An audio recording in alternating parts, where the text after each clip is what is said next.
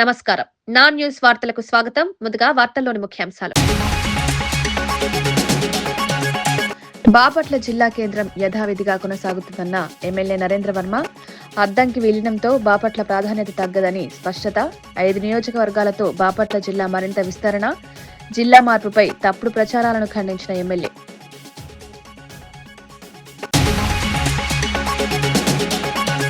హైదరాబాద్ ను సీఎం రేవంత్ చిన్నచూపు చూస్తున్నారని బీఆర్ఎస్ విప్ వివేకానంద ఆరోపణ. మెట్రో రద్దులు, హైడ్రా చర్యలతో నగరానికి నష్టమన్న విమర్శ. నగర విభజనతో ప్రజలకు ఇబ్బందులు పెరుగుతాయన్న వ్యాఖ్య. హైదరాబాద్ అభివృద్ధిపై స్పష్టమైన విధానం కోరిన బీఆర్ఎస్.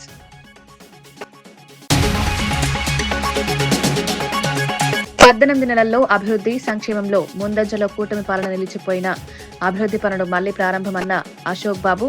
పారదర్శకత, వేగంతో పరిపాలన సాగుతోందన్న ప్రశంస. రాజకీయాలకు అతీతంగా అభివృద్ధి లక్ష్యమన్న వ్యాఖ్య.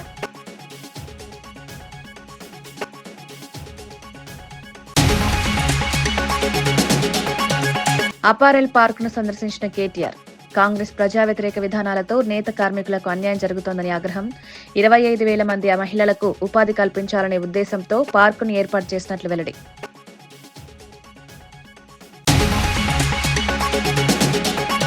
నెల్లూరు జిల్లాలో రైతులకు పూర్తి స్థాయిలో అండగా ఉంటామని జిల్లా కలెక్టర్ హిమానుషా శుక్లా స్పష్టం చేశారు. పంటలకు రోగాలు, పురుగులు ప్రబలితే రైతులు ఇబ్బందులు పడకుండా తక్షణ సహాయం అందించేందుకు ప్రత్యేక చర్యలు చేపట్టామన్నారు. జిల్లా కేంద్రంలో రైతుల కోసం ప్రత్యేక కాల్ సెంటర్ను ఏర్పాటు చేశామని, పంటలకు సమస్య వచ్చిన వెంటనే రైతులు వీడియో లేదా ఫోటో తీసి వాట్సాప్ ద్వారా పంపించాలని సూచించారు. సమాచారం అందిన వెంటనే వ్యవసాయ శాస్త్రవేత్తలు క్షేత్రస్థాయిలో పర్యటించి పరిశీలన చేస్తారన్నారు. శాస్త్రీయ విధానాలతో సమస్యను గుర్తించి తగిన మందులు, సలహాలు అందిస్తామని తెలిపారు. పంట నష్టాలు తగ్గించడమే లక్ష్యంగా ప్రభుత్వం పనిచేస్తోందని, రైతులు భయపడాల్సిన అవసరం లేదని కలెక్టర్ భరోసా ఇచ్చారు. రైతుల సమస్యలను వేగంగా పరిష్కరించేందుకు యంత్రాంగం అప్రమత్తంగా ఉందన్నారు. జిల్లాకు వచ్చి ఇప్పుడు ఆల్మోస్ట్ 3.5 మంత్స్ అయింది.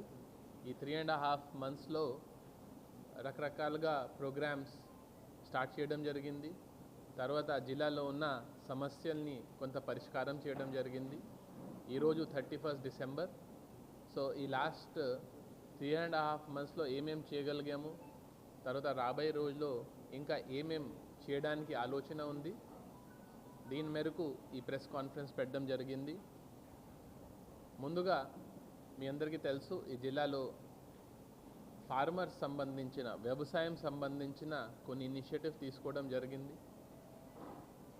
ఛాంపియన్ ఫార్మర్స్ పేరు మీద ఒక ప్రోగ్రామ్ ఇంట్రొడ్యూస్ చేశాము.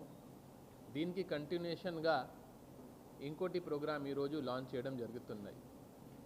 మీ అందరికీ తెలుసు, ఇప్పుడు గవర్నమెంట్ తరపున మన అగ్రికల్చర్ సైంటిస్ట్ చాలామంది అపాయింట్ చేయడం జరిగింది. వాళ్ళు కృషి విజ్ఞాన్ కేంద్ర కానీ, ఆత్మలో కానీ అట్లాంటి ఆర్గనైజేషన్స్లో ఈ సైంటిస్ట్, ఈ నిపుణులు మా దగ్గర ఉన్నారు. కానీ వాళ్ళ సర్వీసెస్ ఫార్మర్స్ దగ్గర వరకు చేరడం లేదు, కొంత గ్యాప్స్ ఉన్నాయి. సో ఒక వినూత్నమైన ఆలోచనతో ఇప్పుడు జిల్లాలో ఒక కాల్ సెంటర్ పెడుతున్నాము. రాబోయే రోజుల్లో వ్యవసాయం సంబంధించిన, లేకపోతే హార్టికల్చర్ సంబంధించిన, లేకపోతే ఏమైనా సమస్య వచ్చినప్పుడు డైరెక్ట్గా రైతు ఈ నంబర్కి కాల్ చేస్తే వాళ్ళకి ఉన్న సమస్యకి నేరుగా వాళ్ళ సైంటిస్ట్ ఆ ప్రాబ్లమ్ని సాల్వ్ చేయగలుగుతారు. దీంతో ఒక వాట్సాప్ నంబర్ కూడా ఇవ్వడం జరిగింది. సో సపోజ్ రాబోయే రోజుల్లో మామిడిలో ఏమైనా ఇన్ఫెక్షన్ వస్తే, ఏమైనా పెస్ట్ వస్తే వాళ్ళు ఫోటో తీసేసి ఈ వాట్సాప్ నంబర్కి పంపిస్తే ఆ సైంటిస్ట్ దీన్ని చూసుకొని ఏ మందు వాడాలి, ఏం చేయాలి నేరుగా ఫార్మర్స్కి చెప్పగలుగుతారు. సో ఇప్పుడు మన దగ్గర గవర్నమెంట్ ద్వారా, అగ్రికల్చర్ డిపార్ట్మెంట్ ద్వారా 8 సైంటిస్ట్ అలాట్ చేయడం జరిగింది ఈ జిల్లాకి. మేము ఎలా చేసామంటే, ఫస్ట్ క్రాప్ వారీగా అగ్రికల్చర్, హార్టికల్చర్, ఎక్వాకల్చర్ ఆ ప్రకారం దీన్ని డివైడ్ చేసాము. నెక్స్ట్ టైప్ ఆఫ్ సమస్య అంటే కొంతమందికి అంటే ఇన్సెక్టిసైడ్స్ సమస్య ఉంటే అది, లేకపోతే ఈల్డ్ సరిగా రావడం లేదు అట్లాంటి సమస్య. సో ఇలా ప్రాబ్లం వారీగా కూడా ఈ 8 మందిని డివైడ్ చేయడం జరిగింది. సో అగ్రికల్చర్ డిపార్ట్మెంట్ అంటే ప్రైమరీ సెక్టర్. సో ఎప్పుడు మన అగ్రికల్చర్ కాకుండా ప్రైమరీ సెక్టర్ లాగా అడ్రస్ చేస్తున్నాము. District agriculture officer, horticulture officer, animal husbandry and district fisheries officer, ఈ నలుగురు కలిపి ఈ ప్రోగ్రామ్ని ముందు తీసుకువెళ్ళడం జరుగుతుంది. సో దీనికి సంబంధించిన ఇంకా వివరాల గురించి నేను డిస్ట్రిక్ట్ అగ్రికల్చర్ ఆఫీసర్ని కోరుతున్నాను.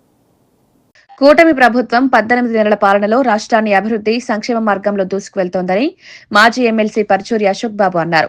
గత ప్రభుత్వ నిర్లక్ష్యంతో నిలిచిపోయిన అనేక అభివృద్ధి పనులు ఇప్పుడు తిరిగి ప్రారంభమయ్యాయన్నారు. సంక్షేమ పథకాలు ప్రజలకు నేరుగా చేరేలా ప్రభుత్వం చర్యలు తీసుకుంటోందన్నారు. పరిపాలనలో పారదర్శకత, వేగం పెరిగిందని పేర్కొన్నారు. పెట్టుబడులు ఆకర్షించడంలో ప్రభుత్వం విజయవంతమవుతోందని తెలిపారు. ప్రజల అవసరాలకు అనుగుణంగా నిర్ణయాలు తీసుకుంటూ రాష్ట్ర భవిష్యత్తును బలోపేతం చేస్తోందన్నారు. రాజకీయాలకు అతీతంగా అభివృద్ధి లక్ష్యంగా కూటమి ప్రభుత్వం ముందుకు సాగుతోందని అశోక్ బాబు అభిప్రాయపడ్డారు. ముఖ్యంగా డిఎస్సి మరి జగన్ జాబ్ క్యాలెండర్ అన్నాడు, దాన్ని మడత పెట్టి లోపల పెట్టిస్తాడు. రాగానే సూపర్ 6లో ఒకటైన job calendar DSC, mega DSC ఇచ్చి 15,000 చిల్లర టీచర్ పోస్టులని, అంటే 15,000 మంది నిరుద్యోగుల్ని రెగ్యులర్ ఉద్యోగస్తులుగా మనం అపాయింట్ చేయడం జరిగింది. అలాగే తల్లికి వందనం, నువ్వు 2 పిల్లలకి ఇస్తానని చెప్పి ఎగ్గొట్టి 1 పిల్లలకి ఇచ్చావు, ఒక సంతానానికే. మేము ఎంతమంది ఉంటే అంతమంది ఇస్తామని చెప్పాం.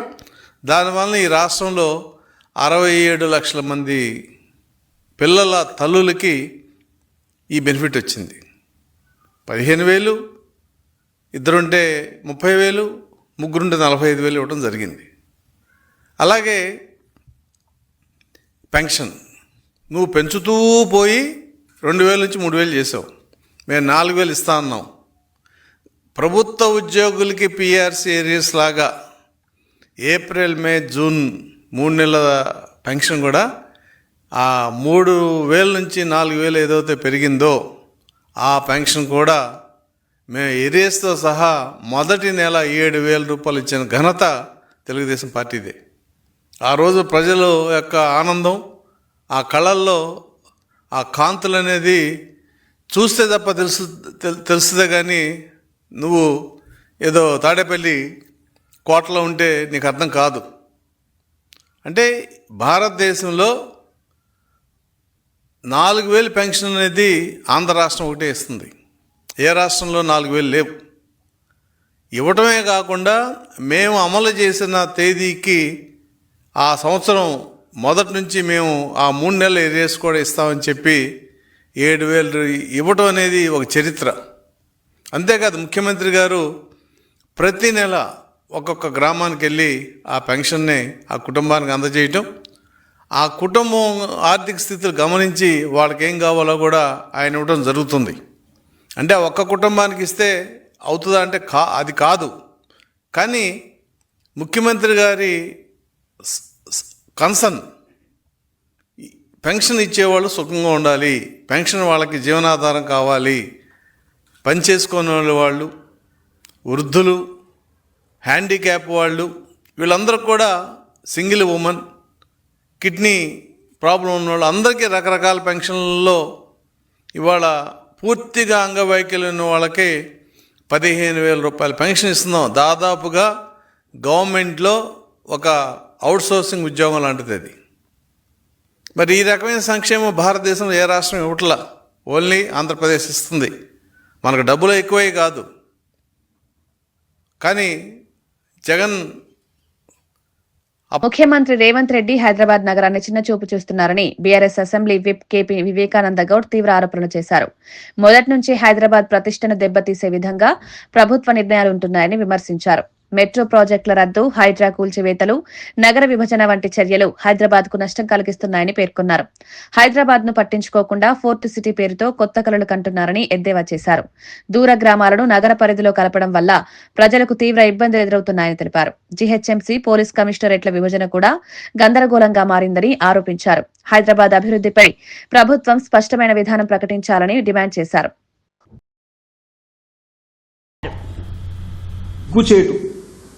పేరుకు ప్రజాపాలన చేసేదంతా నియంతృత్వ పాలన, నియంతృత్వ నిర్ణయాలు. రేవంత్ రెడ్డి గారు స్పష్టంగా కనపడుతుంది నియంతృత్వ ధోరణి.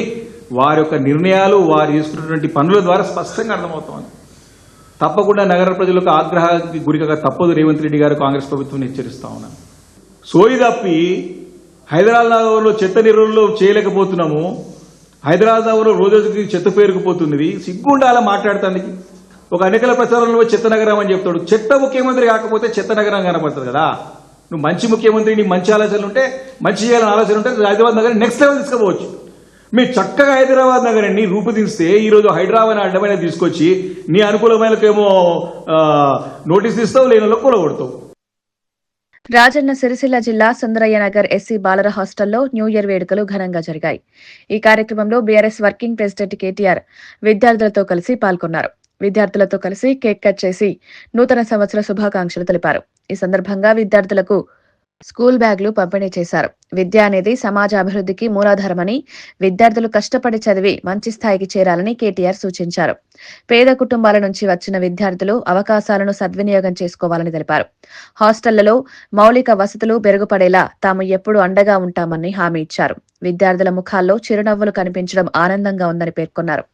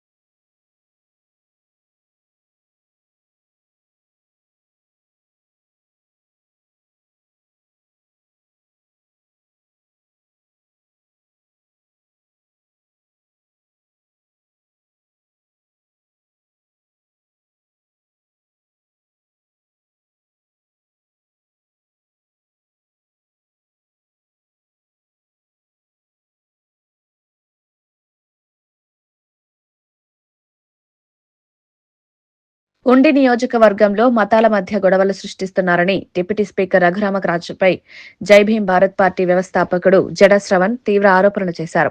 ఎస్సీ కులానికి చెందిన వారు చర్చిలకు వెళ్తే వారి కుల సర్టిఫికెట్లను రద్దు చేయించేలా ఒత్తిడి చేస్తున్నారని విమర్శించారు.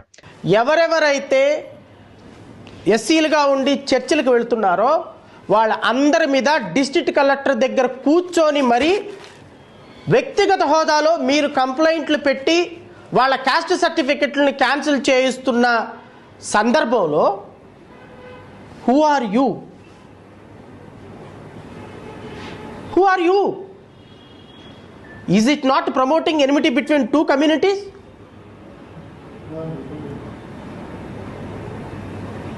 పోనీ ఈ కోన జోసెఫ్ అనేటువంటి వ్యక్తి నీ మీద ఏమైనా కంప్లైంట్ పెట్టాడా?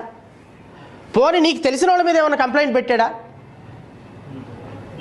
ఏమంటే ఆయన ఎస్సీ కాదు, ఆయన చర్చికి వెళ్తున్నాడు, నా మీద కంప్లైంట్ పెట్టాడు, నేను బాధితుణ్ణి, కాబట్టి అతను క్యాస్ట్ సర్టిఫికేట్ క్యాన్సిలేషన్ చేయండి అని చెప్పేసి నువ్వు కలెక్టర్ కంప్లైంట్ పెట్టు, వెరీ గుడ్, అప్రిషియేట్. కానీ హూ ఆర్ యూ సార్?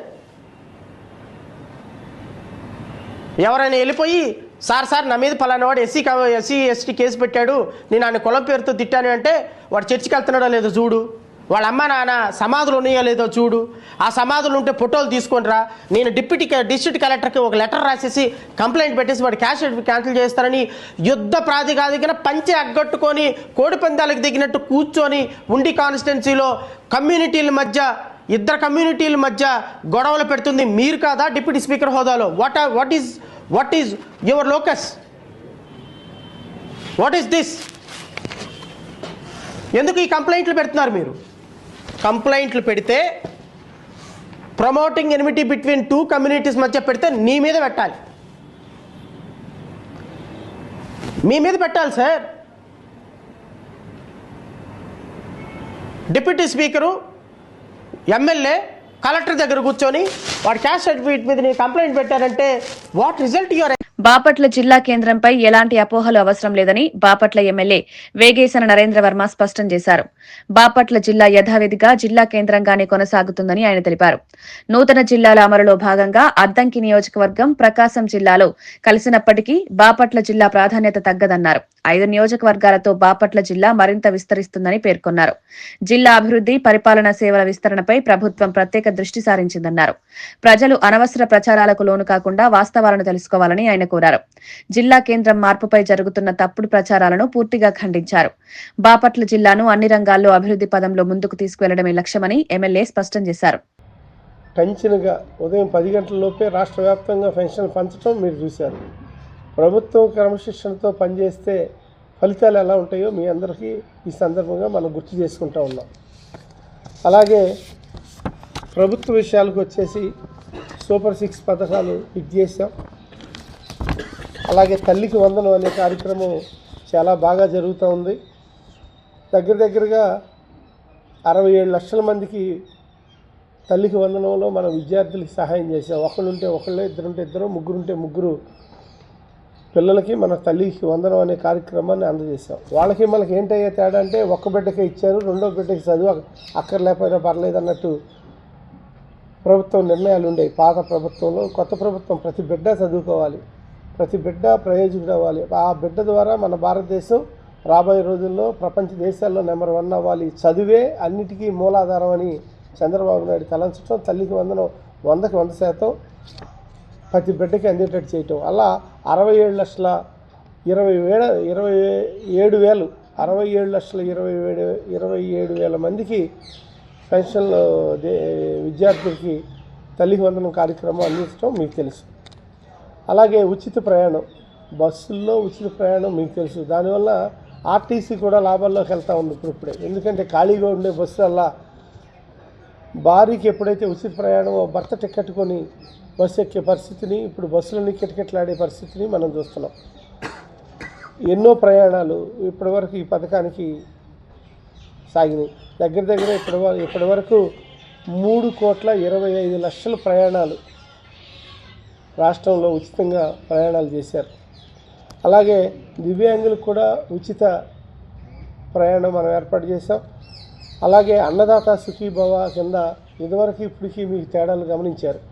అప్పట్లో ఎంత ఇచ్చింది ప్రభుత్వం, ఇప్పుడు మనం ఎంత ఇస్తున్నామని పోల్చుంటే అప్పుడు 14,000, 6,000 రూపాయలు వాళ్ళు, 7,000 రూపాయలు ఏళ్ళు, సుమారుగా 13,000 ఇచ్చినట్టున్నారు వాళ్ళు. 13,500 ఎంతో. మనము దగ్గరగా 6,000 రూపాయలు సెంట్రల్ గవర్నమెంటు, 14,000 రూపాయలు స్టేట్ గవర్నమెంట్ కలిపి 20,000 రూపాయలు ప్రతి సంవత్సరం ఇస్తున్నాం. అది అన్నదాత సుఖీభవ కింద దగ్గరగా 6,310 మంది రైతుల ఖాతాల్లో 46 లక్షల మంది రైతులకు ఈరోజు 6,310 కోట్ల రూపాయలు ఖాతాల్లో పడిన విషయం మనందరికీ తెలుసు. నెల్లూరు నగర మున్సిపల్ సాధారణ సమావేశంలో రాజకీయ ఉద్రిక్తత నెలకొంది. వైసీపీ, టీడీపీ కార్పొరేటర్ల మధ్య తీవ్ర వాగ్వాదం చోటు చేసుకుంది. పలు అభివృద్ది అంశాలు, నిధుల వినియోగంపై ఇరు వర్గాల మధ్య మాటల యుద్ధం జరిగింది. సమావేశం కొంతసేపు గందరగోళంగా మారడంతో అధికారులు జోక్యం చేసుకోవాల్సి వచ్చింది. ప్రజా సమస్యల పరిష్కారంపై చర్చ జరగాల్సిన సమావేశం రాజకీయ ఆరోపణలకే పరిమితమైందని విమర్శలు వినిపిస్తున్నాయి. కార్పొరేటర్లు సంయమనం పాటించి ప్రజా సమస్యలపై దృష్టి పెట్టాలని పలువురు సూచించారు. సమావేశాన్ని శాంతియుతంగా కొనసాగించేందుకు మేయర్, అధికారులు ప్రయత్నించారు. నూతన యంత్రాల కొనుగోలుకు సంబంధించి, అనేక అభివృద్ధి కార్యక్రమాలకు సంబంధించి, సిబ్బంది ప్రమోషన్లకు సంబంధించి అనేక అంశాలను ఈరోజు కౌన్సిల్ ఏకగ్రీవంగా ఆమోదించుకోవడం జరిగింది. ఈరోజు చాలా సంతోషంగా ఉంది. నేను ఇన్ఛార్జ్ మేయర్గా బాధ్యతలు చేపట్టిన తర్వాత మొట్టమొదటి సాధారణ సమావేశం. గతంలో ఈ కౌన్సిల్ ఏదైతే 2010 సెప్టెంబర్ 30 ఈ బిల్డింగ్లో ప్రారంభించుకున్నామో అప్పటి నుంచి ఇప్పటి వరకు ఎప్పుడు కౌన్సిల్ సమావేశం జరిగినా రచ్చలు, అరుపులు, కేకలు ఇవి తప్ప చర్చ జరిగిన దాఖలాలు లేవు. అటువంటిది ముందుగానే సభ్యులందరినీ విజ్ఞప్తి చేసుకున్న పిదప ఈరోజు ఎక్కడా కూడా అరుపులు కేకలు లేకుండా అజెండాలోని అంశాల మీద చర్చ జరిగి ప్రతి కార్పొరేటరు తమ తమ డివిజన్ల సమస్యలన్నింటినీ కూడా సభ దృష్టికి తీసుకొచ్చి అధికారుల దృష్టికి తీసుకొచ్చి పరిష్కరించడానికి ప్రయత్నం చేశారు. చాలా చాలా సంతోషంగా ఉంది. నగరం ఇంతగా అభివృద్ధి చెందేదానికి అన్ని రకాలుగా సహాయ సహకారాలు అందిస్తున్న గౌరవ రాష్ట్ర పురపాలక శాఖ మంత్రులు డాక్టర్ పొంగూరు నారాయణ సార్ గారికి, అదేవిధంగా రూరల్ శాసనసభ్యులు పెద్దలు కోటంరెడ్డి శ్రీధర్ రెడ్డి గారికి, పార్లమెంటు సభ్యులు వేమిరెడ్డి ప్రభాకర్ రెడ్డి గారికి ప్రత్యేక ధన్యవాదాలు తెలుపుకుంటూ కౌన్సిల్ తరపున వారి అందరి సూచనల మేరకు, వారందరి ఆలోచనల మేరకు గౌరవ రాష్ట్ర ముఖ్యమంత్రి నారా చంద్రబాబు నాయుడు గారు పార్వతీపురం జిల్లాలో జరిగిన వెంకటేశ్వర స్వామి ఆలయ చోరీ కేసును పోలీసులు ఛేదించారు. గత నవంబర్ నెలలో సీతానగరంలోని లచ్చయ్యపేట వద్ద ఆలయంలో జరిగిన చోరీకి సంబంధించి 2 నిందితులను అరెస్టు చేశారు. నిందితులు పోల భాస్కర్, సవరం సూరయ్యలుగా గుర్తించారు. వీరిపై గతంలోనే పలు పోలీస్ స్టేషన్లలో అనేక చోరీ కేసులు నమోదై ఉన్నట్లు పోలీసులు తెలిపారు. నిందితుల నుంచి 92 గ్రాముల బంగారు ఆభరణాలు, 5 కిలోల 400 గ్రాముల వెండి ఆభరణాలను స్వాధీనం చేసుకున్నారు. మొత్తం చోరీ విలువ 10,75,000 రూపాయలు కాగా 9,40,000 రూపాయల విలువైన ఆభరణాలను రికవరీ చేసినట్లు తెలిపారు. ఆలయాల భద్రతపై మరింత కఠిన చర్యలు తీసుకుంటామని పోలీసులు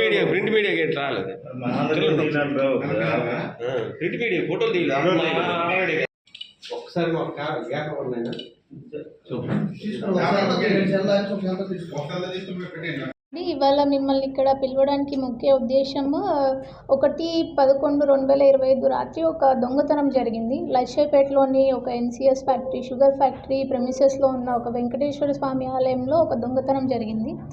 దాని రిలేటెడ్ అక్యూజ్ని దర్యాప్తు చేస్తూ ఉండగా ఇవాళ మాకు వాళ్ళు ఇచ్చిన కన్ఫెషన్ రిపోర్ట్లో కొన్ని కీలక విషయాలు తెలిసాయి. దాన్ని బట్టి మేము కొన్ని వస్తువులు రికవరీ చేయడం జరిగింది. ఆ విషయాన్ని మీ ముందు ప్రస్తావించడానికి ఈ ప్రెస్ కాన్ఫరెన్స్ పెట్టడం జరిగింది.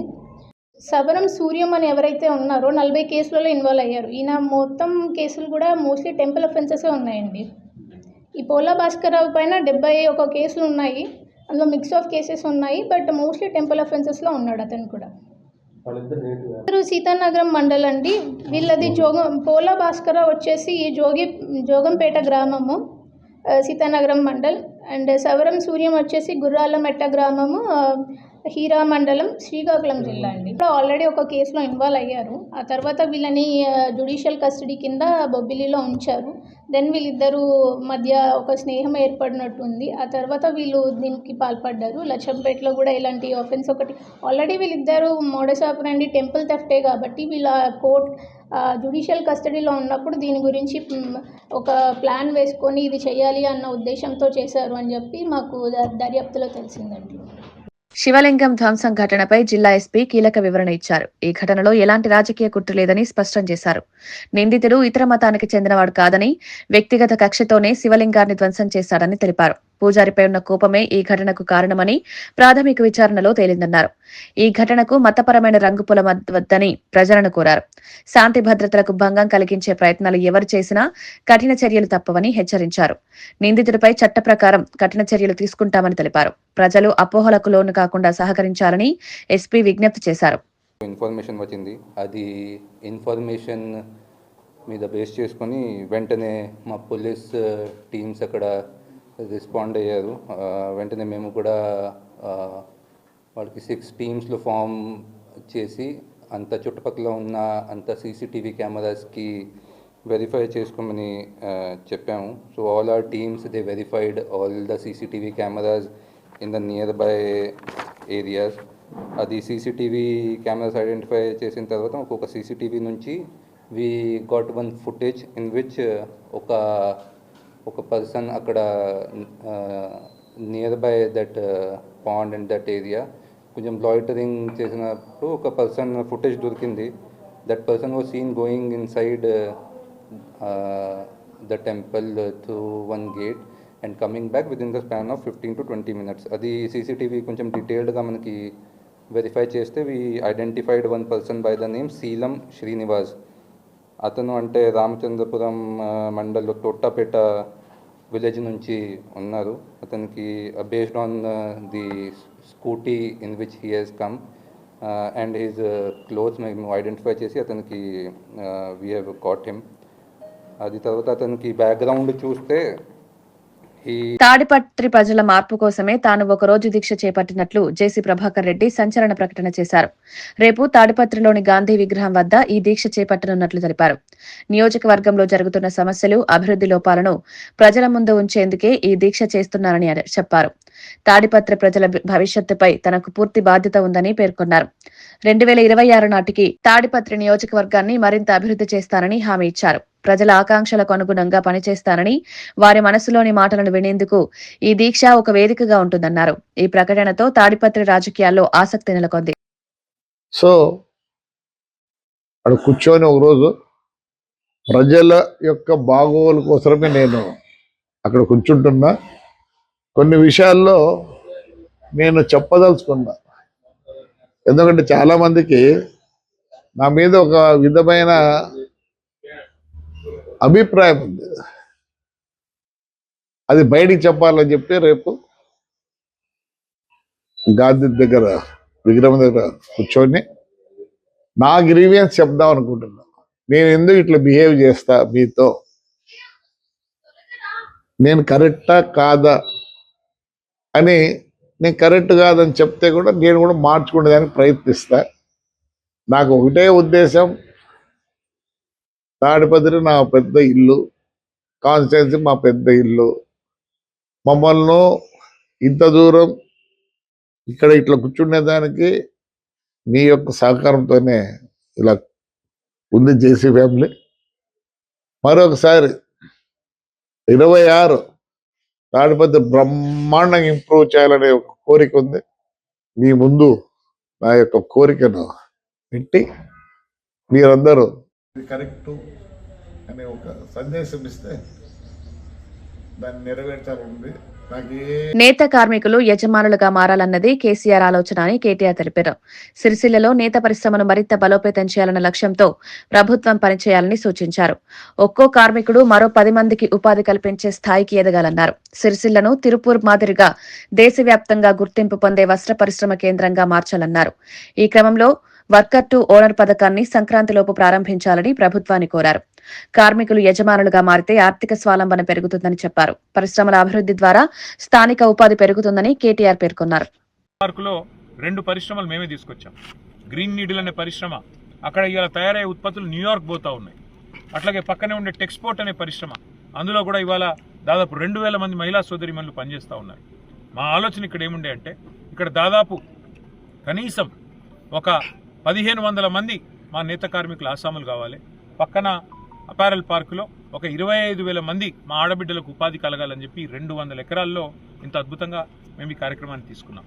ఇవాళ రాష్ట్ర ప్రభుత్వాన్ని నేను సిరిసిల్ల శాసనసభ్యుడిగా నేను డిమాండ్ చేస్తా ఉన్నా బీఆర్ఎస్ తరఫున, మీరు సంక్రాంతి లోపల ఈ వర్కర్ టు ఓనర్ అనే కార్యక్రమాన్ని వెంటనే, ఇప్పటికే 2 ఏళ్ళు తాత్సారం చేసిండ్రు మీరు, 2 ఏళ్ళు పూర్తి స్థాయిలో ఈ పథకాన్ని నిర్వీర్యం చేసే ప్రయత్నం చేసినారు. ఇకనైనా మీ మొద్దు నిద్రల నుంచి బయటికి రండి. వెంటనే సంక్రాంతి లోపలే ఈ వర్కర్ టు ఓనర్ అనే పథకాన్ని స్టార్ట్ చేయాలి. దానికి తగిన మొత్తంలో పూర్తి స్థాయిలో పవర్ లూమ్ సబ్సిడీ మీద కొనడానికి గతంలో ఏ ప్రణాళికలు అయితే ప్రభుత్వం రూపొందించిందో దానికి అనుకూలంగా వచ్చే బడ్జెట్లో కూడా డబ్బులు పెట్టాలి. మీరు సంక్రాంతి లోపల లిస్టు ఫైనల్ చేసి ఆసాములకు గనక మీరు లెటర్లు కేటాయించకపోతే సంక్రాంతి తర్వాత వెంటనే మా పార్టీ ఆధ్వర్యంలో సిరిసిల్లలోని నేతన్నలందరినీ ఇక్కడికి తీసుకొచ్చి, నేత కార్మికుల్ని ఇక్కడ తీసుకొచ్చి, ఎవరి కోసమైతే కేసీఆర్ గారు ఇంత పెద్ద కార్యక్రమం తీసుకున్నారో దాన్ని నిర్వీర్యం చేస్తున్న కాంగ్రెస్ ప్రభుత్వ వ్యతిరేక విధానాలకు, నేతన్నలకు వ్యతిరేకంగా చేస్తున్న ఈ విధానాలకు నిరసనగా ఒక మహాధర్నా కార్యక్రమాన్ని ఇక్కడే చేపడతాం. వార్తలు ముగించే ముందు ముఖ్యాంశాలు మరోసారి. బాపట్ల జిల్లా కేంద్రం యథావిధిగా కొనసాగుతుందన్న ఎమ్మెల్యే నరేంద్ర వర్మ. అద్దంకి విలీనంతో బాపట్ల ప్రాధాన్యత తగ్గదని స్పష్టత. 5 నియోజకవర్గాలతో బాపట్ల జిల్లా మరింత విస్తరణ. జిల్లా మార్పుపై తప్పుడు ప్రచారాలను ఖండించిన ఎమ్మెల్యే.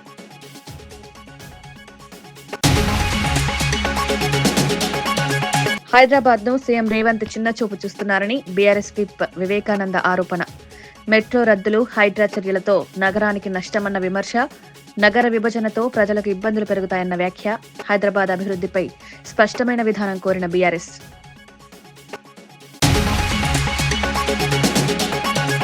18 నెలల్లో అభివృద్ధి సంక్షేమంలో ముందంజలో కూటమి పాలన నిలిచిపోయిన అభివృద్ధి పనులు మళ్లీ ప్రారంభమన్న అశోక్ బాబు, పారదర్శకత వేగంతో పరిపాలన సాగుతోందన్న ప్రశంస, రాజకీయాలకు అతీతంగా అభివృద్ధి లక్ష్యమన్న వ్యాఖ్య.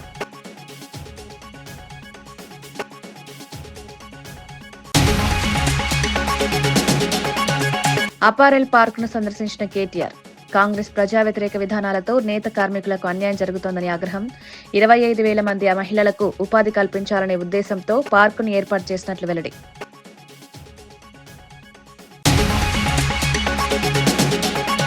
ఇవి ఈనాటి వార్తా విశేషాలు. మరో బులెటిన్లో మళ్ళీ కలుద్దాం. నమస్కారం.